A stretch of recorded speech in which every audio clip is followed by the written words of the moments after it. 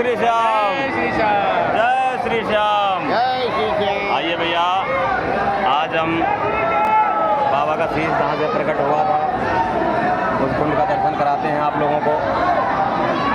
यहाँ से सब लोग नीचे जाते हैं और किसी को शर्म रोग है, कोई दिक्कत है तो इसमें स्नान करने से उसका रोग दूर हो जाता है। ये बाबा का प्रताप है और आशीर्वाद है, इसको प्राप्त करें।